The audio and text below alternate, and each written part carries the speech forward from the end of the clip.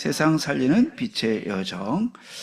네, 우리가 새해 시작하면서 우리가 무엇을 갖고 시작하면 좋을까 생각하는데요. 제일 중요한 건 복음을 갖고 시작하는 것이 중요하다고 하겠습니다. 왜냐하면 복음을 알면 되는 거지만 모르면 다 틀리게 되고 안 되게 되는 것이기 때문에요. 복음은 사단에서 해방받는 것입니다. 골로새 1장 23절에 흑암의 나라의 소리 건져냈다, 이렇게 말씀하고 있습니다. 그래서 복음은 우리를 운명을 바꾸는 거나 같아요. 이게 제일 중요한 시작이죠.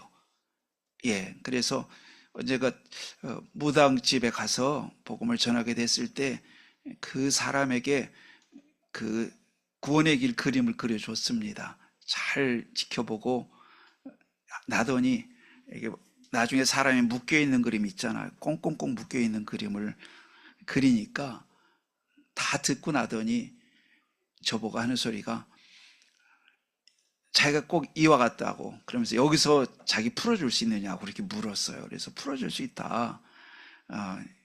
그리스도를, 이 마귀의 일을 멸하신 그리스도를 믿고 영접할 때 당신 구원받는다 했더니 이 사람이 진실임인지 아닌지 모르지만 영접을 했어요. 무당이. 이 사람이 대전에서 고등학교 교사하다가 영어 교사하다가 신이 들려가지고 이 목동에 와서 무당 짓을 하는 거예요. 그래서 그 사람이 참 무당이 잘 안 들으려고 하는데 이 사람은 잘 듣더라고요. 듣고서는 이 그림이 자기가 똑같다고 그래요. 그러면서 풀어주면 자기 믿겠다. 근데 문제가 뭐냐, 자기가 이렇게 돌아왔을 때 먹고 사는 문제 해결해 줄 수 있냐는 거예요. 그러니까 진짜 그게 문제거든요. 이 사람들이 무당 짓을 하기도 하지만 그 짓으로 먹고 살기도 하는 거거든요. 그냥 그것만 하고 있는 게 아니에요. 생계란 말이에요. 그래서 그런 데 가서 복음 전하면요, 생계를 방해한 거예요. 업무 방해가 돼가지고 경찰에 입건이 됩니다. 그래서 경찰서에 또 경찰이 와가지고 조사받은 적도 있어요. 업무 방해로 해가지고 자기도 먹고 살아야 되는데 이거 와서 이렇게 하면 못한다고. 어쨌든 이분들도 먹고 살아야 되니까 그 단지 전반 치는 귀신 들려서 그런 행위만 하는 게 아니고 그게 경제 활동이기도 합니다. 그래서 그런 분이 돌아오면은 거기까지 생각을 해줘야 되는 면이 있어요. 그래서 참 우리가 응답받을 게 많이 있습니다. 어쨌든 여러분, 이게 운명에서 바꾸고 싶고 빠져나오고 싶은데 정말 그럴까 싶지만 운명에 여러분 빠져서 허우적거리는 것을 경험해 본 사람이라면 그 말이 얼마나 진짜 진지한지 알 수 있어요. 또 귀신에 시달리는 분들이 또 여러분들 중에 있을 수 있거든요. 근데 그런 분들은 심정이 그래요. 왜냐하면 마음대로 안 되니까. 빠져나올 수 있으면 나는 예수 믿겠다, 이런 분들이 있어요. 그렇습니다. 그래서 복음이 좋은 거예요. 다른 것으로는 할 수가 없어요. 그래서 사단에서 해방이요, 또 죄와 그에 따른 하나님의 진노, 저주에서 해방입니다. 여러분, 하나님의 진노가 얼마나 무서운지 평상시 여러분 못 느끼실 거예요. 어려서부터 죄 지면 하나님께 벌 받는다, 이 사상으로 세뇌가 되다시피 해서 두려움에 빠진 분도 있지만 그런 거 말고 진짜 하나님 앞에 우리가 섰을 때 오는 죄의 무서움은 저는 그때 중환자실에서 체험했어요. 생애 그렇게 무서운 거 처음 봤어요. 지옥 문 앞이라고 생각이 들었어요. 전 천국과 지옥을 다 그 문 앞에까지 가서 보고 왔는데 그 무서움이라는 건 말할 수 없고요. 성경 그대로예요. 티끌 하나까지라도 청산하지 않으면 못 나온다, 이런 표현이 있잖아요. 그러니까 우리의 죄에 대해서 우리는 굉장히 무감각하거나 대수롭지 않게 여기지만 여러분 마지막 순간 가시잖아요.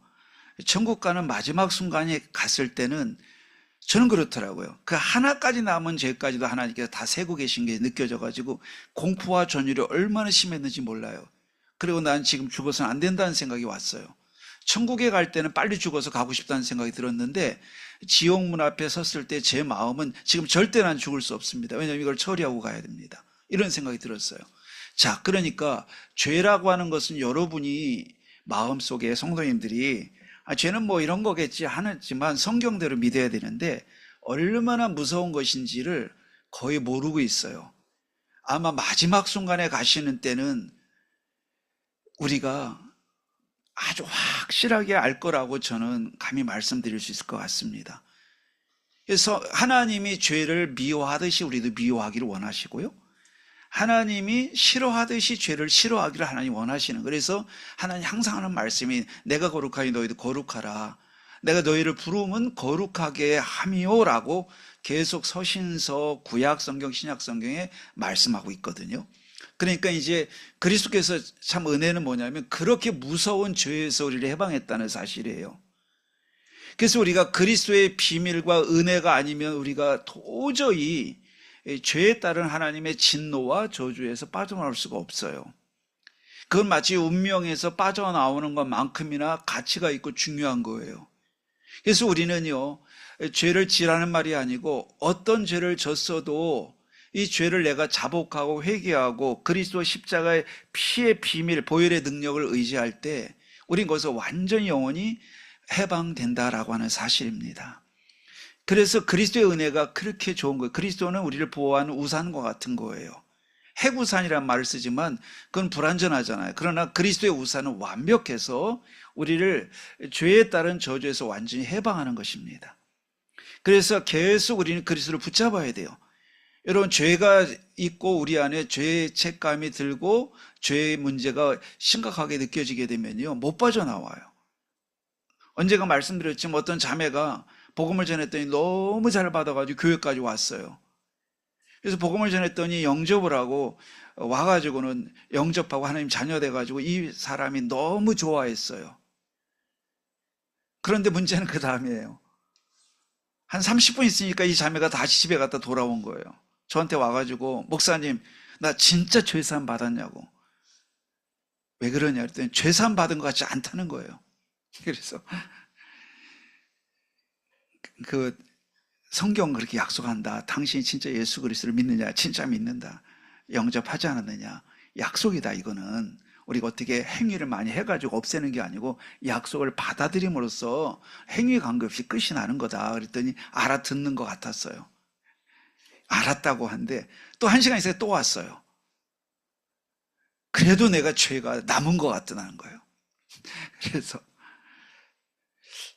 그 사람 좀 어리석다도 하지만 솔직한 것도 되지요. 대부분 사람들이 아무 생각도 않고 살아가는데 이 자매는 너무 많이 생각하는 거예요. 아무 생각 않는 것도 병이지만, 죄에 대해서 아무 생각 없는 것도 큰 병이지만, 죄 생각이 지나치게 잡혀있는 것도 큰 병이거든요. 그래서 또 설명해 줬어요. 이번에 또 자세하게 설명해 줬는데 알았다고 갔는데 또 1시간 있으니까 또 왔어요. 도저히 그렇지, 내 죄가 남아있는 것 같다고. 그래서 일단은 더 이상 얘기하기가 어려웠어요. 여러분, 그렇게 받아들이기 힘든 거는 어떻게 할 수가 없습니다. 그래서 일단 그래도 또 한번 확인해주고 갔는데 이후에 그 자매의 인생을 뒷모습을 볼 때 너무나 인생이 안 됐어요. 너무나 점점 정신 문제가 심각해졌고 나중에 영적 문제가 심각하게 오는 것을 볼 수 있었어요. 가끔 같은 동네에 살았기 때문에, 저 목동에 살았기 때문에 오다 가다 만나게 되면 정말 완전히 사단에게 눌려있다 이 생각이 들었어요. 여러분, 사단이 누르면요 죄사함도 못 받아들여요. 거기서 빠져나오라고 복음을 줬는데 얼마나 눌려있는지 그 자체가 잡혀가지고 못 빠져나와요. 예. 그러나 여러분과 제가 오늘 하나님께 주신 은혜가 뭐냐? 죄에서 영원히 해방받은 줄 믿습니다. 이게 복음이 준 축복이에요. 로마서 8장 2절에 생명의 성령의 법이 죄와 사망의 법에서 너희를 해방했다라고 했어요.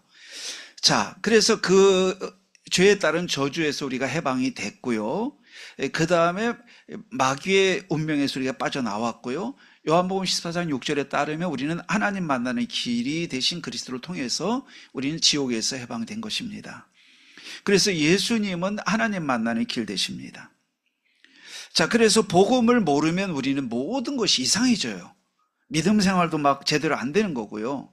나중에 우리가 이 복음을 이렇게 완전히 죄에서 해방, 사단에서 해방, 지옥에서 해방돼 다 끝났고 우리 그 은혜로 산다는 것을 놓치게 되는데, 이걸 복음 모르는 건데 30년 다녔는데 이 복음을 듣고도 모르는 사람 있어요. 뭘 보고 목사님 복음이 없는 걸 그 사람 아느냐 묻는다면은 그 사람이 행동하는 걸 보면 알 수 있어요. 저 사람이 30년 동안 그것도 예수 그리스도를 입에 막 닳도록 말하는 사람인데 행동하는 걸 보니까 전혀 저 사람 영혼 속에 조금 더 영혼을 적시지 못했거든요, 복음이.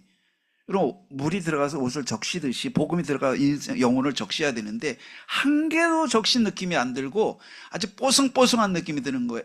복음을 0.1%만 깨달아도 저렇게 말할 수 없을 텐데 그때 제가 쿵 소리가 들렸어요. 지금 일어난 일이에요.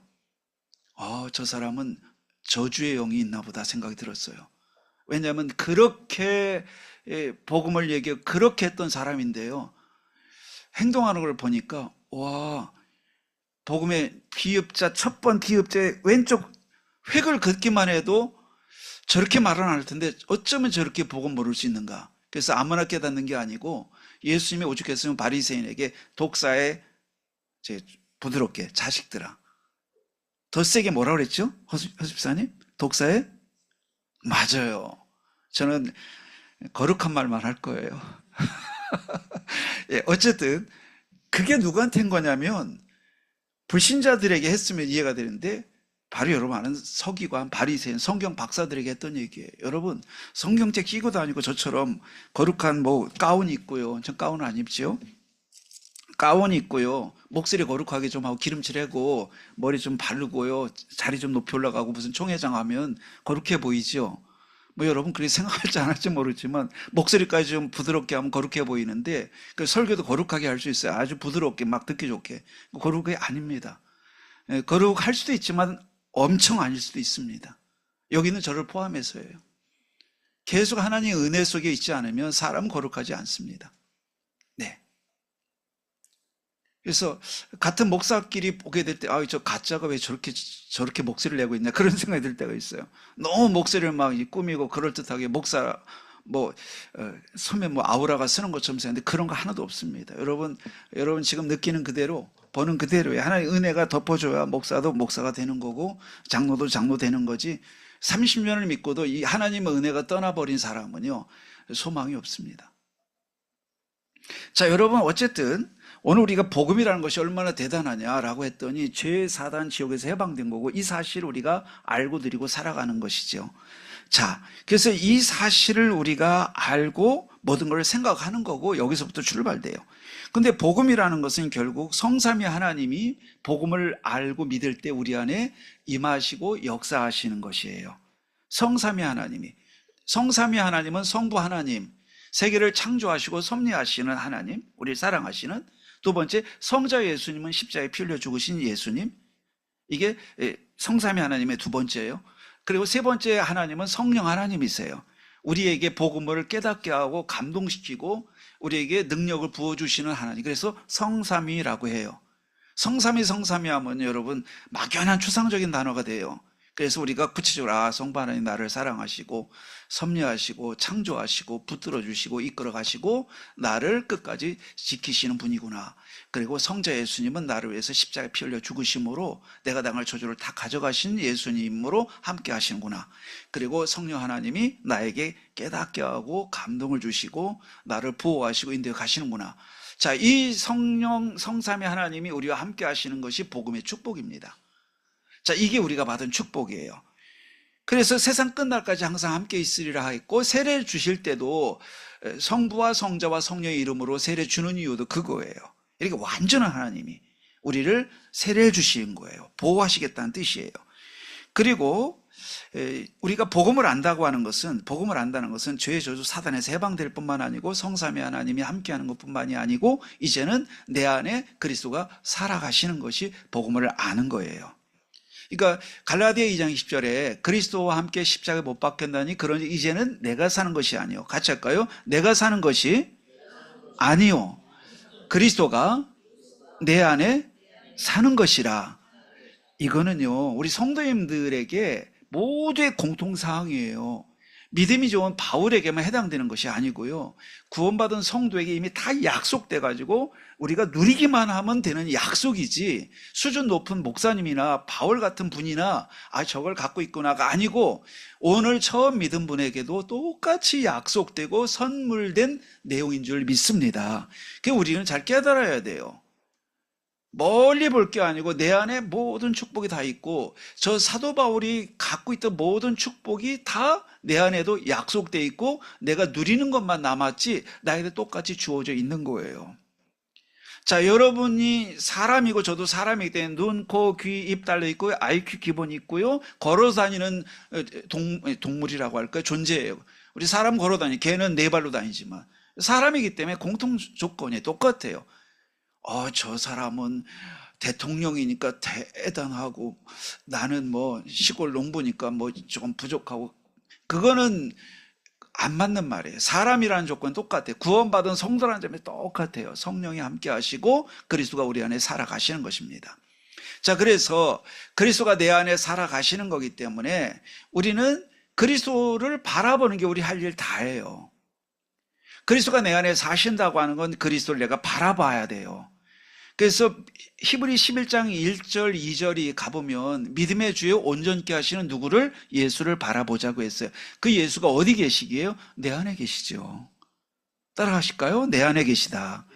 자, 내 안에 계시긴 예수님을 우리가 바라보는 것이 믿음 생활입니다. 그 바라본다는 것이 바라보는 것만으로 그치지 않아요. 아기는 문제 온 누구를 바라보죠? 아기들은요? 엄마 아빠를 바라봐요. 엄마 하면 엄마가 다 해결해줘요. 그 뜻이에요, 사실은. 따라하시죠. 예수님이 내 안에서 나를 위해서, 나를 대신해서 행하신다. 이게 복음을 아는 자의 축복이에요. 이걸 모르면 다 모르는 거고 틀린 거고, 이거를 알면 다 아는 거고, 우리가 믿음 생활을 할 수 있는 좋은 기초를 가진 거예요.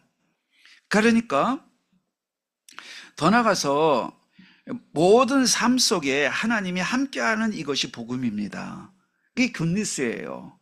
하나님이 그러므로 내가 하나님이 안 계신 것 같고 너무 지금 어렵고 문제도 있는데 해결도 하나도 안 되는데 하나님이 함께 하신다는 말이 그냥 귀뚱으로 왔다 귀뚱으로 흘러나가는 말처럼 목사님 되고 있답니다. 그럴 수 있죠. 근데 계속 목사님 함께 한다고 말하니까 신경이 나는 거죠. 믿기 싫은 게 아니고 확인이 자꾸 안 되니까. 자, 그래서 우리는 하나님께 진심으로 이 부분을 두고 한 번쯤은 멈춰 생각해야 돼요. 한 번쯤은 뭘 멈춰 생각하냐면, 하나님은 모든 삶 속에 전능한 능력으로 나와 함께 계시는구나가 내 삶에 너무 많은 문제가 와 있는데 이게 어떻게 그거와 연결되고 그것이 어떻게 적용돼야 되는지 잘 모르겠다. 나에게 남는 것은 임마누엘이 아니고 힘듦 밖에 없다. 이런 경우가 문제가 되잖아요. 이거 모르는 건 아닌데 실제 적용이 안 되는 게 제일 힘든 거잖아요. 목사님 말 들으면 이제 목사님 그 말 그만하세요. 이제 알았어요. 근데 문제는 뭐예요? 그게 내게 실제 적용이 안 되고 있으니까 너무 힘들다 못해 죽겠는 거예요. 그러다 보면 이게 연속되면 나중에 믿음조차 멀어지고 교회 생활의 의미도 잃어버리게 돼요. 안타깝지만. 근데 믿음 생활을 잘한다고 할 땐 그게 잘 되고 있는 거예요. 하나님이 함께하는 거가 특별히 그 사람과 더 함께하는 게 아닌데, 그 사람과 더 함께하는 것도 아닌데 그 사람이 그걸 누리고 있어요. 그 사람께 덜 함께하는 것도 아닌데 그 사람 못 누리고 있어요. 이 사이에 이 갭이 쫙 벌어지면서요, 신앙생활 잘하는 사람 보면 뭔가 좀 나는 왜 이러지 이런 생각 들 수 있어요. 근데 이거를 어디 마음대로 바꿀 수가 있어야 말이죠. 내가 맘대로 나도 임마누엘 하고서 그냥 임마누엘 선언하는 순간에 그냥 적용되면 좋겠는데 적용이 안 되는 게 문제란 말이에요. 근데 이 차이가 백지장 하나 차이라는 걸 힌트로 드리고 싶어요. 따라합시다. 백지장 차이다. 이 말은 한순간에 여러분이 임마누엘 쪽으로 갈 수 있다는 말씀 드리는 거예요. 근데 백지장이요. 백지장이, 아니 여기에 이런 백지장이 하나 있으면 막 안 보여요. 절대 안 보여요. 아무것도 아닌데 치면 다 보이는데 이러고 있으면요, 여러분이 계신지 안 계신지 제가 알 수가 없어요. 백지장밖에 안 되는데 뭐 철로 막은 것도 아니고 대문을 막은 것도 아니고 막 100m짜리 두께로 막은 것도 아니고만 딱 막히니까 안 보여요. 치는데 1초면 돼. 딱 치면 되는데. 근데 여기에 소망이 좀 있다고 생각해요. 하나님 아버지, 오늘 목사님 말을 들어보니까 백지장 하나 차이라는데, 믿음이 잘 되고 안 되는 것 차이가 백지장 하나 차이라는데, 그러면 쉬운 거 아니겠어요? 그럼 하나님 그래, 쉽단다. 지금은 백지장이 있기 때문에 너무 어려워 보일 거고, 백지장이 있으니까 아무것도 안 보이니까 다 답답할 텐데, 중요한 결론부터 갖자. 백지장이기 때문에 한순간에도 치울 수 있는 거야. 이거를 하나님이 우리에게 말씀해 주고 싶으신 거예요. 어느 순간에 하나님께서 여러분 사모하고 그 비밀 속에 눈뜨기 원한다고 말씀드릴 때 하나님이 치워진 은혜 주실 줄 믿습니다. 여러분 대단히 무엇을 많이 해서 그것이 열린다고 생각하지 마세요. 내 마음의 진실함으로 하나님 그 백지장 같이 내게 무슨 막이 딱 씌운 것처럼 입만을 듣고 귀로 듣고 듣고 들어서 내가 그냥 귀가 아주 닳도록 들었는데 임마누엘 하지만 그것이 아무 힘이 없고 그냥 기쁨도 안 되는 말이 돼 있는 이거 나를 불쌍히 여겨주세요. 나는 그렇게 신앙생활을 하고 싶지 않아요. 여러분 이렇게 말하는 소리를 하나님 싫어할까요? 엄청 좋아하시죠. 근데 여러분 그런 기도를 오늘 당장 지금 시작하시기를 축원을 드립니다. 없다면. 왜냐하면 하나님은요 그런 기도를 싫어하는 게 아니고요 네가 그렇게 답답했구나 당연히 치워주고 말고 하나님이 그래서 그런 마음 가진 여러분들에게 하고자 하는 그 액션을 마음의 액션을 취할 때 하나님께서 은혜 열어주실 줄 믿습니다. 왜냐하면 그 나면서 그 불에도 넘어지고 물에도 넘어지는 아들을 고쳐달라고 제자들이 데리고 왔을 때 귀신 들리는 아들을 데리고 왔을 때 제자들이 옥신각신하고 못하고 드디어 예수님께서 이제 나타나시니까 그 아버지가 애를 데리고 와서 아 제자들 당신들 제자들 뭐 하는 겁니까? 이런 투로 응? 한참 뭐 고성이 오고 간 거예요. 예수님이 보고 아이고 딱하다. 이 제자들도 참 이거 가지고 이거 하나 못 도와주고 저러고 있는 것도 한심했고 또 아버지도 이게 뭘 잘한 게 있다고 와가지고 그걸 고발하듯이 예수님께 나와서 뭐 자격이나 있어요. 그러면서 무슨 해달라고 말이 안 되니까 이 폐역하고 믿음이 없는 세대 언제까지 내가 너희와 함께 있어야 되겠냐고 자꾸 얘기하시잖아요. 이제 예수님 떠날 건데 조금 있으면 예수님 3년밖에 안 계셨거든요. 오세영 목사님 몇십 년째 목회를 하고 있지만 예수님은 3년밖에 안 계시고 갈 거거든요. 3년을 혼자 있어야 되는데 제자들 생각하니까 마음이 갑갑하신 거예요. 3년에 무조건 내가 이 땅에 없을 텐데 3년 동안 나한테 배우고 평생 세계를 정복하는 사람을 세워야 되는데 니들은 뭐냐 지금 3년 돼가는데 이것도 하나 못하고 있으면 되겠냐 이런 뜻이에요. 그런데 아버지가 와가지고 이 사람이 좀 진짜 대단한 직진형 스타일인 거죠. 사람이 직진형이에요 그냥. 근데 이런 사람이 믿음 가질 가능성이 커요. 직진형 사람. 자꾸 뒤로 뭐 생각 많이 하는 사람보다 직진형이에요. 다짜고짜 와서 잘한 것도 없으면서 우리 같으면요 눈치 보고 앞에 보고 뒤 보고 옆에 보고 다음에 해야지 이럴 텐데 이 사람은요 예수님께 곧장 다가와가지고 할 수 있거든 좀 해보세요 그런 거예요. 예수님께서 이것 봐라 이 생각 드셨겠죠. 이 사람 믿음 갖게 생겼네. 그런 말씀 안 하셨어요. 이제 제가 예수님이라면 그런 생각 들었어요. 그래 잘 왔다. 네가 뻔뻔하게 하지만 물러가질 않고 복된 게 뭐예요? 예수님 앞에 나왔다는 게 너무 복된 거예요. 예수님께 나갔다는 자체가 그러니까 미련한 자는 지혜로운 자를 찾아오지도 않는다고 잠언 기자 말하잖아요. 미련한 자는 지혜로운 자를 찾아오지 않는데요. 진짜 지혜자는 예수 그리스도잖아요. 근데 이 사람이 뭐 인격도 안 갖춘 것 같고 직진형에다가 앞뒤도 없는 사람 막 요구하는데 예수님께 나온 거잖아. 얼마나 잘했는지 몰라. 사람은요 잘 보세요. 인품을 갖추고 막 앞뒤 전후 가리고 그다음에 말도 부드럽게 하고 이러면요 사람이 괜찮아 라고 하고요. 직진형 좀 저 사람 대하기 싫어. 맞아요. 사는데 좀 그 앞뒤 분별이 필요한데 예수님에게는 꼭 그렇지만도 않다는 거예요. 그래서 어떤 사람은요 나보다 인품도 훌륭하지 않은데 믿음 생활 너무 잘하고서요 응답도 많이 받아요. 나는 그래도 앞도 재고 뒤도 재고 앞도 계산하고 뒤도 계산하고 목사님도 생각하고 성도도 좀 나름대로 생각하는데 별로 응답이 없는데 저 사람 하는 거 보면 뭐 인품이 꼭 훌륭해 보이지도 않는데 응답받고 있거든요. 왜 그런지 아십니까? 오늘 아버지가 그런 거예요. 이 사람이 예수님께 나온 거예요. 따라합시다. 예수님께 나가야 된다. 이게 결국 생각 많이 하는 사람보다 그 단순 돌쇠형으로 직진형이지만 이 사람이 응답받을 사람인 거예요. 우린 자꾸 사람의 수준에서 모든 걸 생각해요. 교양 잘 흘러야 돼. 수준 좀 있어야 돼. 또 옷도 좀 갖춰 입어야 돼. 맞아요. 사람 사는 데는 그것이 절대 필요합니다. 그거 안 하면 사람이 인정 안 해요. 육신을 갖고 사는 직장 가서 그렇게 해야 됩니다. 학교 가서 그렇게 해야 되고 사람과 대화할 땐 그렇게 해야 됩니다. 그 나쁜 거 아니에요. 꼭 해야 됩니다. 그래야 사람이 맞춰 살거든요. 그런데 믿음은 그것 갖고 안 된다는 거예요. 그것만 갖고는 믿음이 좀 앞서가는 것 같고, 저 돌쇠형은 뒷성은 아니고, 예수님께 누가 더 가까이 나오냐가 기준입니다. 예수님께 가까이 나오는 게 장땡이에요. 이 사람이 가가지고 예수님께요, 분수도 없이 할 수 있거든, 내 아들을 고쳐주세요 하는데, 이게 여러분 인품 있는 사람이 할 말입니까?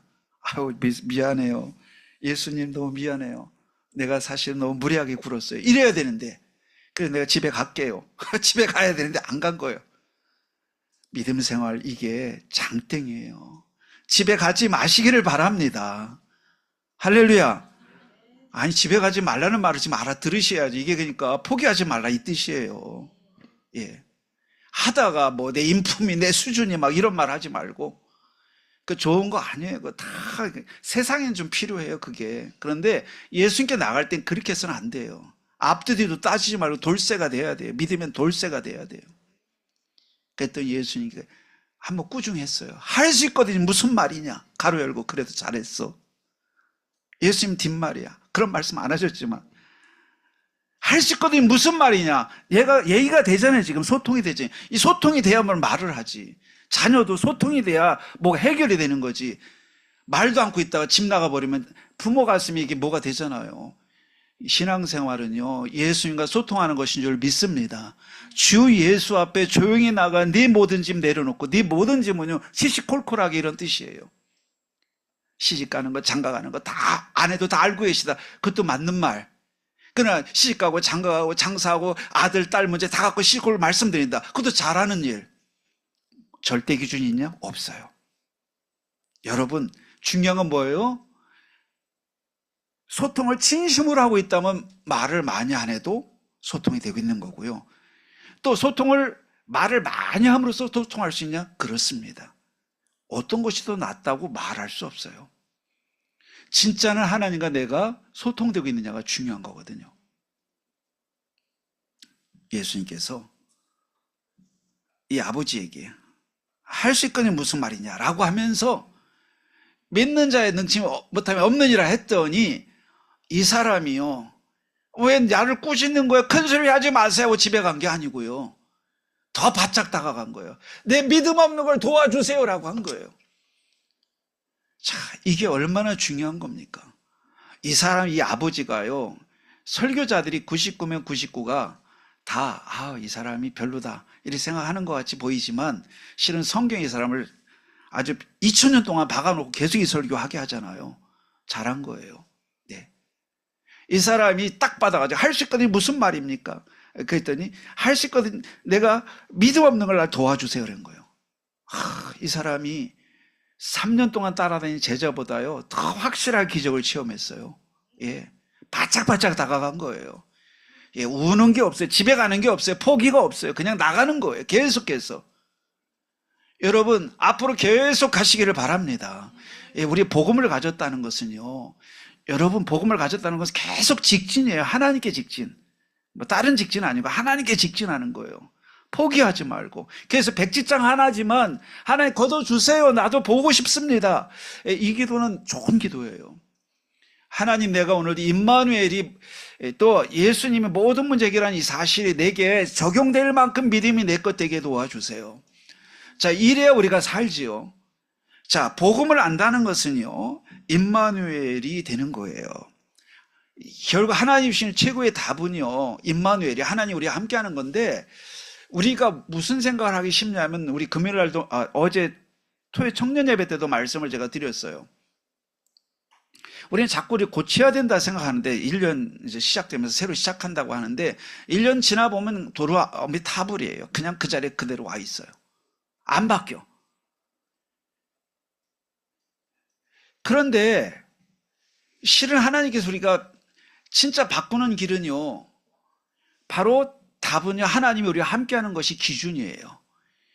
바뀌었다는 말을 하는 건 따라 항하는데, 여러분이 말을 좀 뭐 참을성 있게 하고 다 바뀐 거겠지만, 그건 진짜 기준은 아니에요. 진짜 기준은요, 하나님이 함께하는 데 눈을 뜬 게 바뀐 것의 기준이에요. 이거 못 눈뜨면 바뀌었어도 말짱 도루묵이에요. 여러분 좀 인품적으로 말을 좀 참고 견디고 간다고요? 여러분 그런 마이너스가 뭐 생기냐면, 여러분 마음속에 응어리가 자꾸 생겨요. 나중에 한꺼번에 쏟아내. 농도 짙게. 참았던 거 한 번에 다 털어놓으면요. 가스통 털어야 돼요. 스님들. 머리 깎은 스님들이 참고 산속에 있다가 폭발하니까요. 봉원사 조계사 싸울 때 보니까요. 가스통 틀고 달려들어요. 왜냐? 참고 폭발해야 됩니다. 사람은요. 어딘가에 막 응축되는 거예요. 그냥 막 압력이. 참은 대신. 그래서 한번 터지면 막을 길이 없어요. 부부도 마찬가지예요. 참다가 진짜 터지면 그때는 막을 수가 없어요. 믿음은 그런 게 아니잖아요. 따라갑시다. 임마누엘이다. 이게 우리 변화의 기준이에요. 바꾸려고 하는 것보다 중요한 게 뭐냐면 임마누엘이 눈 뜨는 것이 기준입니다. 임마누엘이 안 된 사람이 바꿔봐야 그 자리가 그 자리예요. 그걸 바람직하지도 않아요. 하나님께 영광 돌리는 거 아무 상관없어요. 여러분 뭐 말을 좀 조리 있게 한다고 하나님께 영광 받으시겠어요? 말을 여러분이 조리 있게 하고 일을 좀 잘 처리한다고 하나님께 영광 받으시겠어요? 그건 서론이에요. 뭐가 기준입니까? 하나님이 나와 함께하는 것이 내 삶의 답인 것에 눈이 열려버리면 그때부터 여러분 하나님의 영광이 시작될 줄 믿습니다. 그러니까 우리는 바꾸는 게 아니에요. 그러니까 영원히 못 바꿔요. 평생 섰던 그 자리에 가문의 DNA를 그냥 갖고 왔다 그냥 갖고 가요. 무덤까지 또 갖고 가는 거예요. 그 아버지의 그 딸. 여기 차마 부를 수가 없네. 송아지 얼룩 송아지. 엄마 소도 얼룩소. 아빠 소도 얼룩소. 그 다음 뭐죠? 아빠 닮았네. 여러분 어디까지? 무덤까지 갑니다. 어쩔 수 없어요. 뭐 대학 나오고 변호사 되면요. 똑같아요. 아버지하고 똑같습니다. 영적 DNA는요. 바꿀 수 있는 게 아니에요. 근데 바꾸는 기준이 하나인데 임마누엘만 바꾸는 기준인 것입니다. 그래서 예수님의 이름이 아예 임마누엘, 하나님이 영원히 우리와 함께 계신다. 그래 나는 하나님이 함께하는 사람이구나. 일로 자꾸 돌아가는 거예요. 하나님이 나와 함께하는 속으로 들어가서 생각해야지.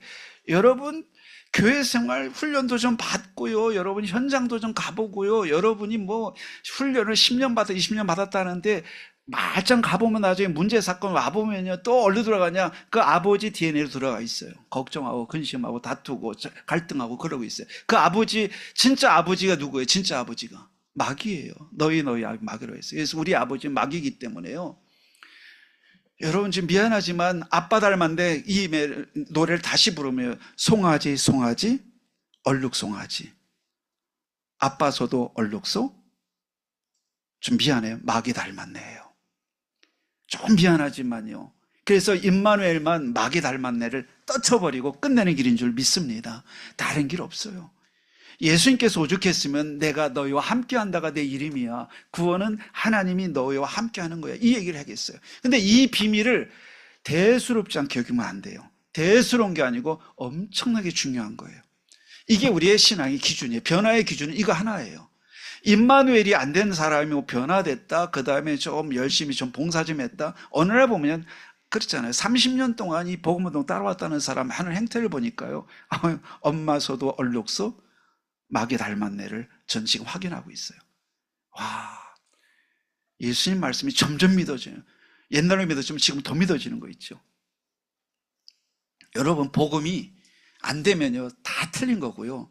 복음이 되면 틀렸어도 다 되는 줄 믿습니다. 오늘 그래서 그리스도가 우리와 함께 하신 게 너무 중요한 거예요. 네. 참 1학년 1학기 음악 교과서에 그 송아지 얼룩송아지 참 그거는 난 송아지 얘기인 줄 알았더니 우리 얘기고요. 그게 바로 우리 신앙 얘기예요. 보니까 예, 너무너무 맞아요. 자, 그러면 우리가 이런 부분을 보면서 오늘 이 복음을 우리가 갖고 하늘을 시작하면서 빛의 여정을 가는데 복음이 있기 때문에 빛의 여정을 가는 거예요. 복음은 빛이니까요. 그러면 오늘 말씀에 일어나라 빛을 발하라 이는 내 빛이 이를 얻고 여호와의 영광이 내 위에 임하였음이니라 그랬어요. 일어나라 빛을 발하라고 했어요. 그 다음에 2절에 그 이유가 왜 빛을 발하냐면 보라 어둠이 땅을 덮을 것이며 캄캄함이 만민을 가리려니와 라고 했어요. 그러니까 어둠이 땅을 덮고 캄캄함이 만민을 가려가지고 빛을 찾을 수가 없다. 자, 성경 말씀이 비유의 표현이긴 하지만 이것이 얼마나 현실인 걸 지금 우리나라에서도 보고 있어요. 빛이 없어요. 도둑놈들밖에 없어요. 예. 가짜의 도둑놈들의 나라 지도자들이라고 하는 놈들이 이쪽이나 저쪽이나 똑같은 놈들이 계속 지금 서로 잡아먹으려고 국민들만 거기서 머리가 좀 부족한 우리 국민들이 당하고 있는 거예요. 예, 도둑놈들이에요. 사기꾼들이고 거기에 표를 주고 뭘 기대하는 자체가 민주주의인. 그래서 옛날에 천재들은요, 우둔한 민중의 정치가 민주주의랄까 심지어 얘기했어요. 그래서 참 그 뭐 다수결로 정한다는 게 참 안 할 수도 없는 거지만 그것이 갖고 있는 위험성을 계속 이 사상가들은 지적을 했거든요. 어쨌든 여러분, 우리가 여기 이거래요. 보라, 어둠이 온 땅을 덮고 캄캄함이 만민을 가린다. 여러분, 정치인에 뭘 기대하겠어요? 예, 사기꾼들에게. 다 도둑놈들이고 사기꾼들이 지금 나라를 잡고 있어요. 예. 자, 그래서 온 땅이 어둠이 온 땅을 덮고 캄캄함이 만민을 가리는 이런 시대가 되고 있습니다. 자, 그러면 오늘 이걸 보면서 이제 빛의 여정을 어떻게 갈 것이냐, 세 가지를 말씀드리려고 합니다. 자, 첫 번째는 일어나라 그랬습니다. 이 말씀은요, 보좌의 망대를 세우라 이렇게 해석할 수 있겠습니다. 한마디로 보좌의 망대를 세우라는 것입니다.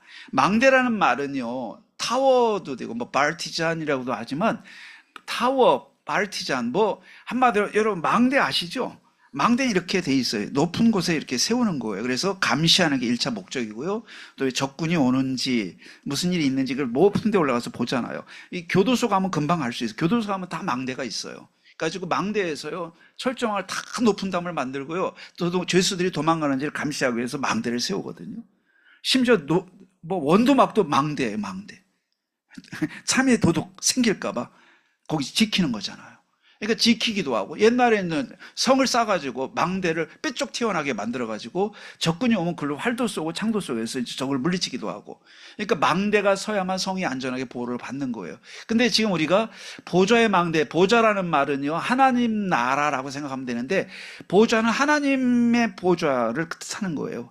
보배로운 의자라 이 뜻이에요. 보배로운 자리인데, 그게 누굴까요? 하나님이 앉은 계신 곳, 하나님이 앉아 계신 곳이 보좌예요. 그러면 보좌라는 것은 지금 우리에게 있는 건 아니거든요.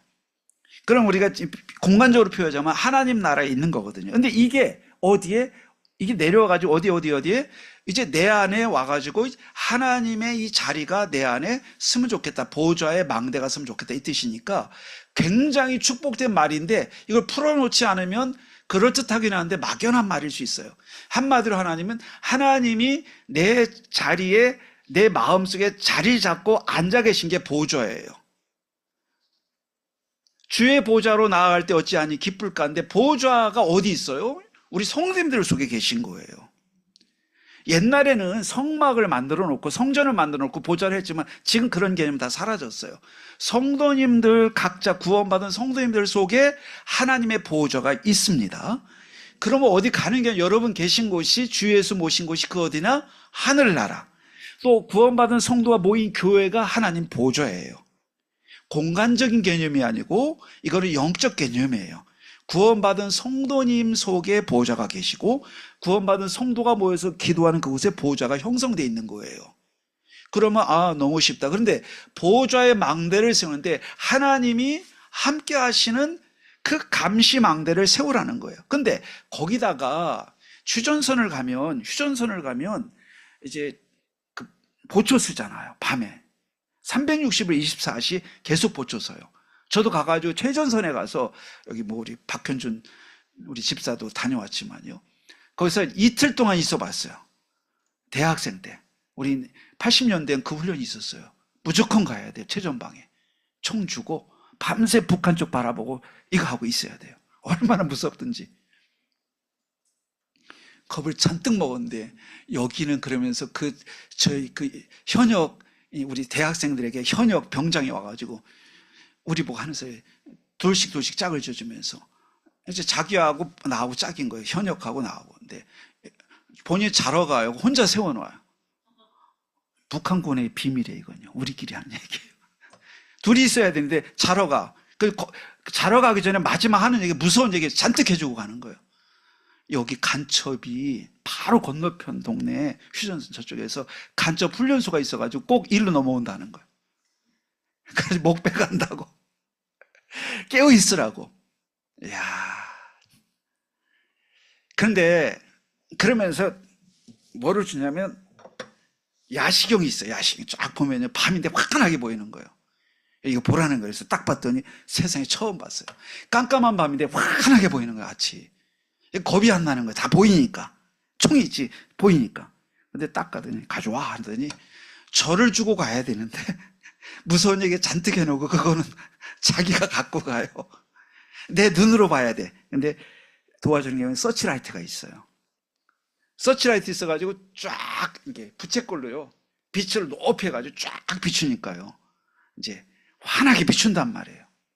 가지고 이제 앞에 나무 다 제거해. 산도 막 나무 한 그루도 없이 해요. 왜냐면 북한군이 들어올 수 있으니까, 나무 뒤에 숨어올 수 있으니까 쫙 보이는데. 예. 가지고 거기다 이제 진지를 해놓고서 빛을 딱 비춰가지고 적군을 다 살피는 거예요. 그게 바로 뭐 망대입니다. 예. 망대 하나 쓰면 적군이 쉽게 올 수가 없어요. 어디로 오겠어요? 캄캄한데. 망대 없는 것으로 적군이 오는 거지요.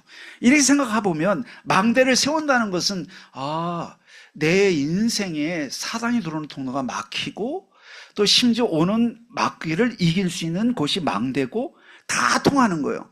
오늘부터 망대는 여러분 그렇게 생각하시면 끝이에요. 그러니까 그 망대가 하나 쓰면요, 절대 빛이 있는 곳은 못 들어와요.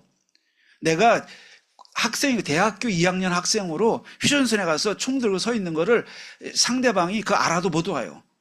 환하게 보고 있으니까. 망대가 쓰면 마귀가 절대 못 들어오는 거예요. 근데 문제는 뭐냐면 거기에 어둠의 망대가 우리 안에 있다는 거예요. 어둠의 망대는 뭘까요? 원망하고 낙심하고 포기하고 불평하고 다투고 갈등하고 또 두려워하고, 그냥 이 모든 것들이 어둠의 망대예요. 걸핏하면 우리가 어떻게 돼요? 문을 걸어 잠그는 거예요. 큰일 났어. 문을 걸어 잠궈. 그럼 마귀가 막 들어오는 거지요. 그러니까 뭐래요? 일어나라! 빛을 발하라! 그러는 거예요. 일어나라! 예, 이게 뭐냐?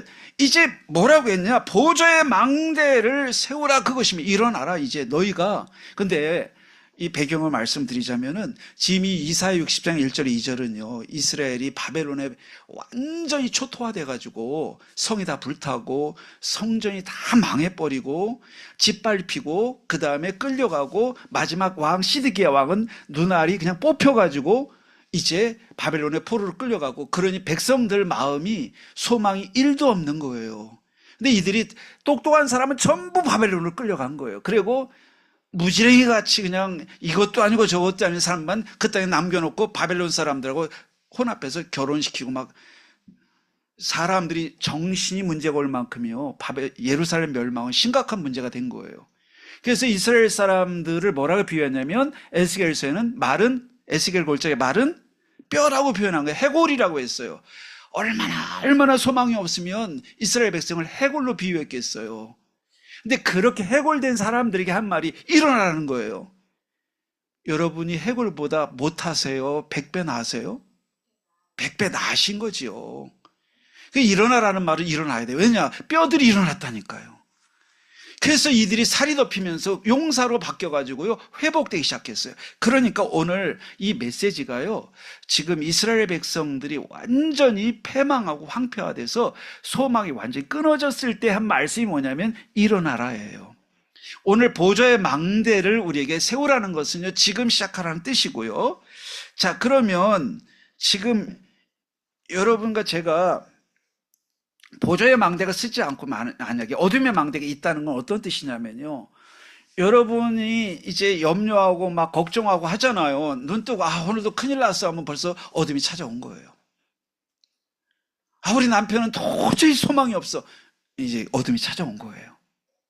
그러면 본인에게만 오는 게 아니고 그게 서치라이트가 돼서 어둠을 뿌려요. 어디에? 가정으로, 상대방으로, 현장으로.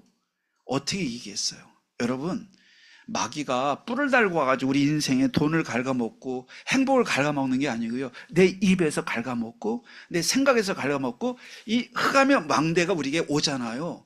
조용하게 무너뜨리는 거예요. 그러니까 제일 무서운 거는 이 싸움이에요. 흑암의 망대냐 빛의 망대냐 싸움인데, 그 12명의 정탐꾼 중에 2명과 10명도 흑암의 망대 10명과 빛의 망대 2명이에요. 그리고 골리앗 앞에 섰을 때 빛의 망대 1명이고 흑암의 망대가 100개, 1000개, 10,000개가 넘은 거예요. 다 깜깜해요. 큰일 났다, 큰일 났다. 골리앗 때문에 죽겠다고 할 때 괜찮아라고 하면 정신문제지요. 그 정도로 영적 싸움이 치열한 거예요. 여러분이 지금 괜찮다고 하면요, 옆에 있는 사람들이요, 아이고 정신없는 소리 하구나, 지금 죽을 때가 됐는데 왜 저런 소리 하냐, 이럴지도 몰라요. 여러분이 빛의 망대 역할을 한다는 건 어마어마한 영적 싸움이에요. 어디서? 가정에서도 그래요. 여러분 교회에서도 마찬가지예요. 지금 빛의 망대 얘기할 때냐 막 이럴 수도 있어요. 우리 속에 얼마나 사단의 망대가 아주 실핏줄처럼 못에 설관처럼 쫙 들어가지고요, 걸핏하면 우리는 어떻게, 큰일 났구나 염려하고. 이게 70억 인류 속에 완전히 사단이 장악한 영적 상태가 그겁니다.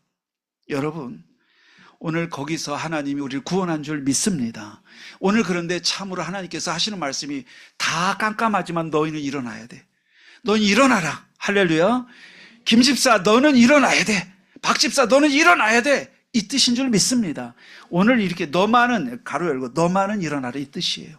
이스라엘이요, 다 깜깜하지만, 다 깜깜하고 다 막 폭력이 난무하고 어둠이 난무하고 비리가 난무하고 완전히 서로 다투고 갈등하는 이 속에서 너만은 일어나라.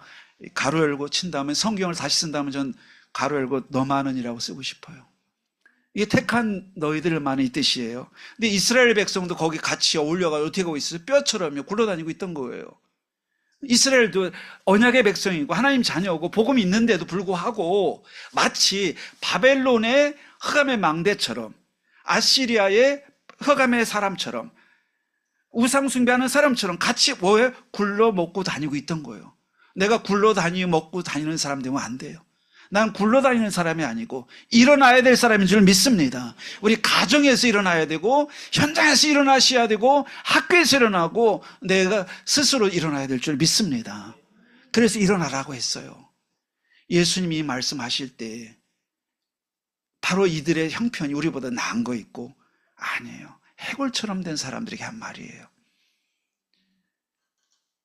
그들의 말이 하나도 이상하지 않을 만큼 받아들이는 그런 절망의 시대에 일어나라고 한 거예요. 오늘 이 한국 땅을 위해서도 우리가 일어나야 될 줄 믿습니다. 예, 우리 가정을 위해서도 그렇고, 자녀를 위해서 일어나야 되고요, 교회를 위해서 일어나야 되고요, 237 나라 5천을 위해서 일어나야 될 시간이 온 거예요. 그런데 그게 뭐예요? 다시 한번 우리 속에 있는, 이미 주신 거니까, 없는 거를 일어나는 게 아니고 보좌의 망대, 이미 복음이 우리 안에 있어서 빛이 있으니 이제 망대만 자꾸 세우라, 그거예요. 보좌의 망대를.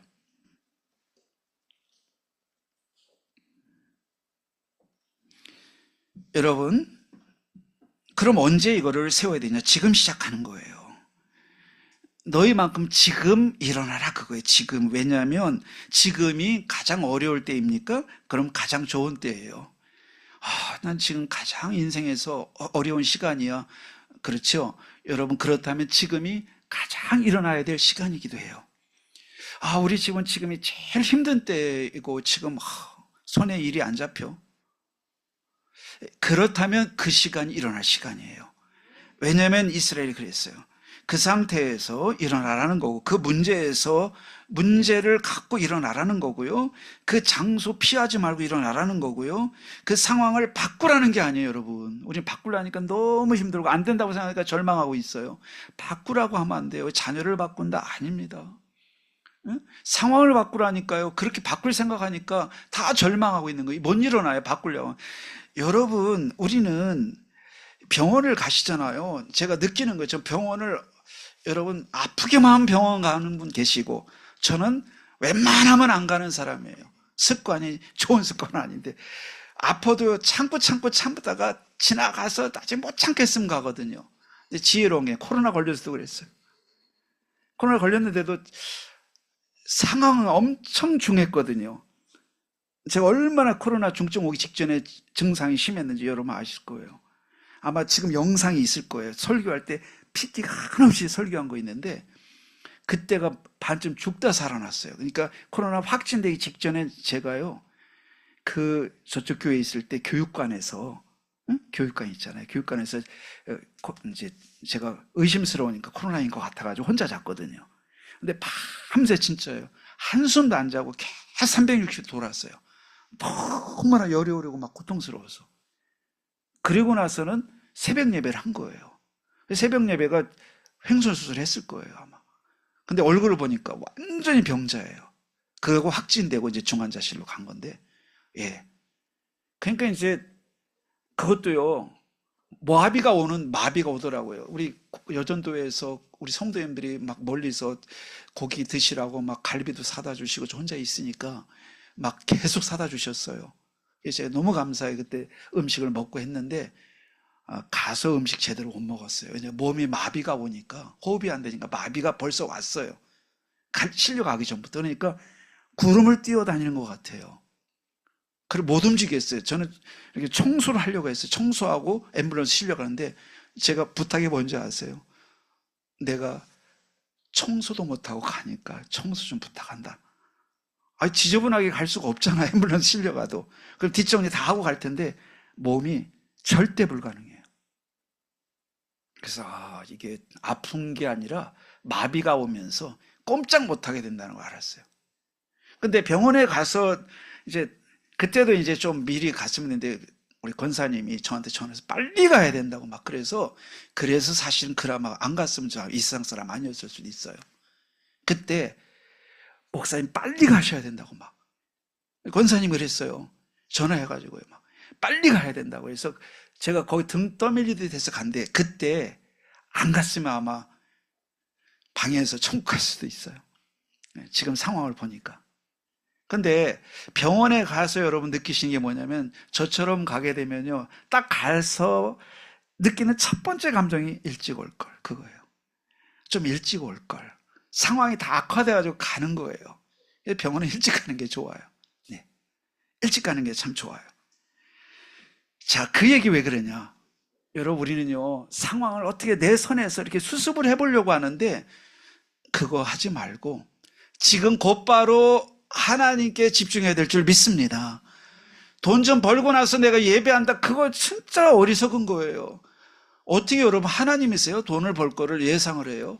벌 수도 있지만 쫄딱 더 망할 수도 있어요. 그래서 우리는 우리 좀 애들 문제 좀 뭐 이렇게 복잡한 문제 해결하고 우리가 예배에 좀 집중할게요. 그게 다 맞는 말이 아니에요. 그래서 뭐래요? 지금 일어나라 그런 거예요. 지금 일어나라.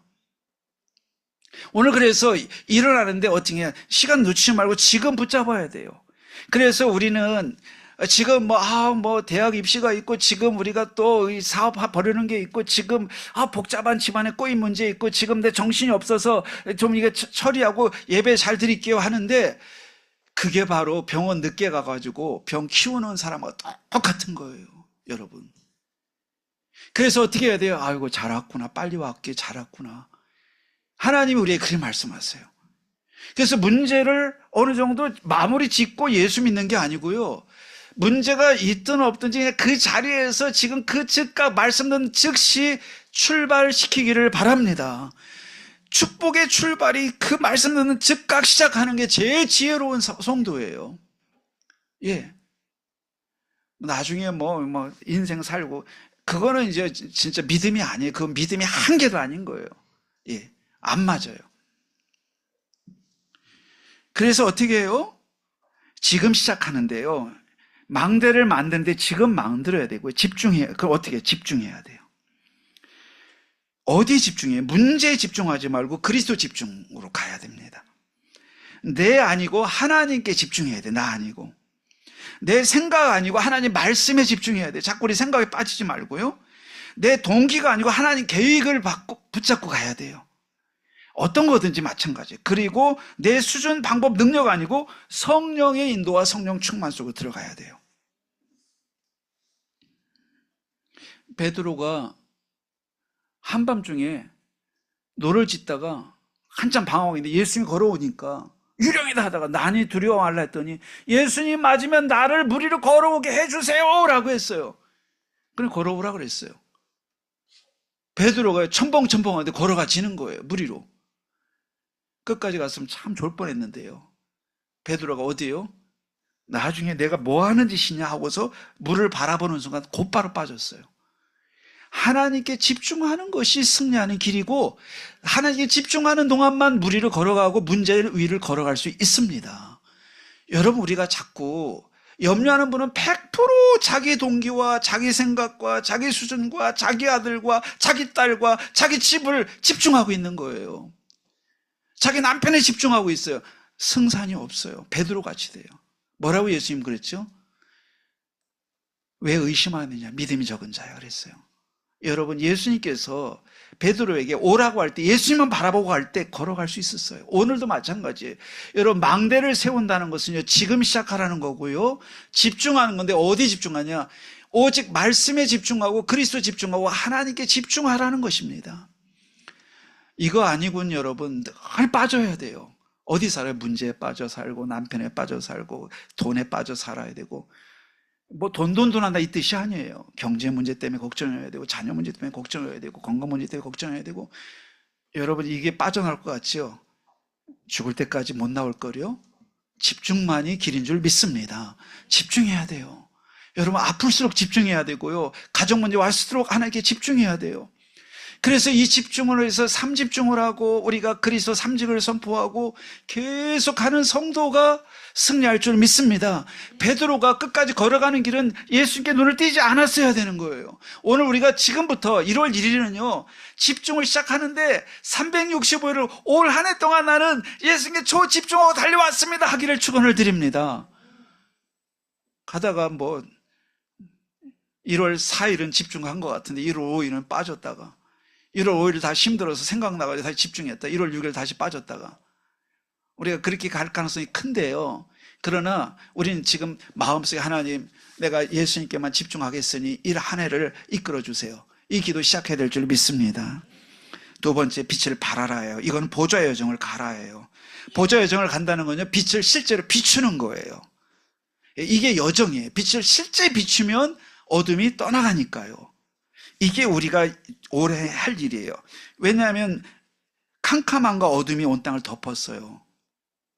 그래서 지금 비출 자가 없고요, 복음이 없고 복음을 전해줄 자가 없어요. 그럼 복음이 없고 복음 전해줄 자가 없다는 말은요, 이 뜻이에요. 자, 지금 정치인들이 엄청 싸우고 있고, 아무것도 우리 백성들은요 그냥 양쪽으로 나눠가지고 그냥 지금 어찌할 바를 모르고 지금 방황하고 있잖아요. 이 사기꾼들 때문에. 그런데 여러분, 그건 뭐 큰 문제라 치고 이제 우리 작은 문제로 돌아와서, 집에 문제가 오고 가정에 문제가 왔고 또 우리가 해야 될 과제가 있고 어려움이 있고 능력은 한계가 있을 때 우리가 참 빠지기 쉬운 게 그 걱정 염려잖아요. 그리고 자꾸 방황하게 되잖아요. 그런데 실은 이제 이렇게 했을 때 제일 수준 낮은 게, 문제가 올 때 제일 수준 낮은 해법은요, 문제에만 빠져서 못 나오는 사람, 제일 수준 낮은 거 영적으로. 제일 수준이 낮은 거 영적으로. 두 번째, 조금 똑똑한 사람은요, 사실을 봐요. 앞뒤를 잘 계산합니다. 그게 맞죠? 문제에 빠진 사람보다는 훨씬 낫습니다. 머리 좋은 사람은 사실 이상 못 봐요. 사실을 보지만 거짓쟁이도 있거든요. 아주 서울대 법대를 나와가지고 머리가 바삭한 사람들이 지금 정치하는 사람 보니까 아주 이기적인 사람들이에요. 진실이 없어요. 좀 인품이 있는 사람이 사실을 보면서 진실을 봐요. 그것만 해도 우리가 좀 괜찮다, 지도자가 사실을 보고 진실까지만 봐도 참 인정해 주겠는데 눈을 씻고 봐도 없어요. 다 도둑놈들이에요. 미안하지만 사기꾼들이고요. 그런데 여러분과 제가 오늘 그 수준으로 간다면요, 그것도 육신적인 사람이에요. 집안에 문제 오면 앞뒤 계산하자. 당신이 씀씀이가 이랬고 씀씀이 이랬으니 이거 막아, 이거 막아. 그리고 당신이 왜 아이를 관리 잘 못해가지고 애가 그 모양 되게 했어 하면 사실이지요. 틀림없지요. 그럼 다툴 것밖에 없어요. 그럼 너는 이렇게 나오니까요. 그거는 하나님의 대책이 아니에요. 영적으로 수준 낮은 거예요. 그것도요. 따지고요, 막 정확히 계산해가지고요, 그다음 이건 이거 저거 하는데, 이게 똑똑한 사람일수록 그래요. 응? 똑똑한 사람일수록 그런 게 확실한 거예요. 그러니까 문제에 빠진 사람보다는 대책이 좀 나오지요. 그러나 그건 하나님과 상관없어요. 그럼 넘어가야 돼. 그게 뭐죠? 같이 할까요? 영적 사실을 봐야 된다. 영적 사실을 볼 때까지 문제 해결이 안 돼요. 똑똑한 사람은 이혼하지 말아야 되잖아요. 응? 더 많이 합니다. 똑똑하기 때문에. 왜냐하면 사실관계가 부딪히니까. 사실을 앞만 봐도요 부족해요. 한쪽밖에 못 보기 때문에. 다 볼 수 있는 사람은 자기 입장에서 보기 때문에. 영적 사실만이 승리를 바꾸는 것이에요. 오늘 그러므로 여러분 빛을 비추는 방법이 뭔지 여러분 눈치를 다 채셨어요. 영적 사실을 보고 말하는 사람이 빛을 비추는 거예요. 오늘 집에 가서도 영적 사실을 갖고 얘기하시기 바랍니다. 사실을 얘기하면 다 끄떡끄떡 해야 돼요. 틀린 말은 아닐 테니까. 그러나 한 수를 더 떠야 돼요. 그러나 하나님께 뭔가 어떤 자매와 잠깐 인생의 중요한 문제 때문에 상담을 했어요. 얘기할 수는 없고 내용은. 그러나 내가 그래서 다 얘기해주고 너무 힘들어하니까 뭐라고 내가 좋은 얘기를 해주면서도 이 사람이 받아들일 수 있는 상태가 아닌 거예요. 너무 힘들어하니까. 그래서 일단 그냥 이 사람이 하고 싶은 대로 지금 두야지 어떻게 할 수가 없겠다 생각이 들었어요. 왜냐하면 너무 힘들어하는데 그거를 뭐 막 잡아 끌어서 뭐 내가 같이 사는 것도 아니고 힘들잖아요. 그래서 제가 마지막에 했던 말은요, 그것도 맞고 저것도 맞는데 그래도 하나님은 구원받은 하나님 자녀니까 하나님께 뭔지 물어봐야 되지 않겠냐. 이 사건을 너는 그렇게 보고 있지만 그래도 이런 사건이 났을 때 하나님 계획이 있지 않겠냐 했는데 그 말을 잘 받아들이지 못해요. 그런데 그거 못 받아들이면 답이 없습니다. 예, 그냥 불신자와 똑같은 거예요. 오늘 빛을 비추라는 거는요, 목사님 어떻게 비춰요? 지금 한 대로 하는 거예요. 여러분이 사실을 받아들이되 영적 사실을 가지고 현장을 치유해야 될 줄 믿습니다. 이게 빛의 여정을 가는 거예요. 그래서 우리가 빛을 발하라가 이거예요. 분명합니다. 이걸 잘한 게 모세, 요셉이요, 다윗이요, 바울입니다. 요셉이 감옥에 가서도 빛을 밝힌 거지요. 무엇 때문에 근심하십니까? 라고 했어요. 이게 너무 잘한 거예요. 예. 그래 거기에 하나님이 답을 주지 않겠습니까? 라고 분위기를 싹 바꿨어요. 이게 언제나 중요해요. 근데 이거 할 수 있는 힘을 내가 늘 집중을 갖고 있어야 되겠죠. 그래서 내가 항상 영적 사실을 갖고 빛을 비추려면 빛이 있어요. 내가 힘들었는데 빛을 밝혀지지 않겠죠. 그럼 내가 힘들어지면 뭐가 나옵니까? 사실관계가 나와요. 사실이 날카로워지는 거예요. 너 잘못했고, 너 잘못했고, 이거 잘못했고, 저거 틀렸고, 이래서 이거, 남편 잘못했고, 네가 잘못했고, 얘가 게을르고, 네가 못했고, 이것만 나와요. 틀린 거 아닌데 사람 죽어요. 영적 힘이 없으면 그럴 수밖에 없어요, 우리가. 왜 영적 힘이 없어? 그래 똑똑히 보고 있는데 그게 힘이 없는 거잖아요. 우리가 다 그럴 수가 있어요. 여러분, 힘이 있을 때 부드러워질 줄 믿습니다. 힘이 있어지면요, 부드러워져요, 사람이. 날카롭지 않아요. 예. 왜 부드러워요? 영적 사실은 부드러운 거니까요. 영적 사실은 살리는 거니까요. 치유하고 회복시키는 거니까요. 그래서 망한 사람도 살려내는 거니까요. 여러분은, 저는 어떤 빛을 비춰요? 구원의 빛을, 운명 바꾸는 구원의 빛을 비추는 사람이고요. 생각을 바꿔주는 치유의 빛을 비추는 사람이고요. 우리는 현장 분위기를 바꾸는 정복의 빛을 비추는 사람이에요. 그러면 오늘 이 빛을 발하라. 여러분, 마지막 세 번째로는 그럼 뭐라고 했습니까? 우리는 해야 될 일이 빛의 망대를 세우랍니다. 빛의 망대를 세워라. 이제는 어디에 세워요? 여러분, 교회 안에 세우시고요. 여러분 가는 현장에 세우시면 되는 것입니다. 내 안에 먼저 사단의 망대를 무너뜨리고 빛의 망대를 세운다면요, 두 번째 교회 안에 셋들을 세우는 거예요.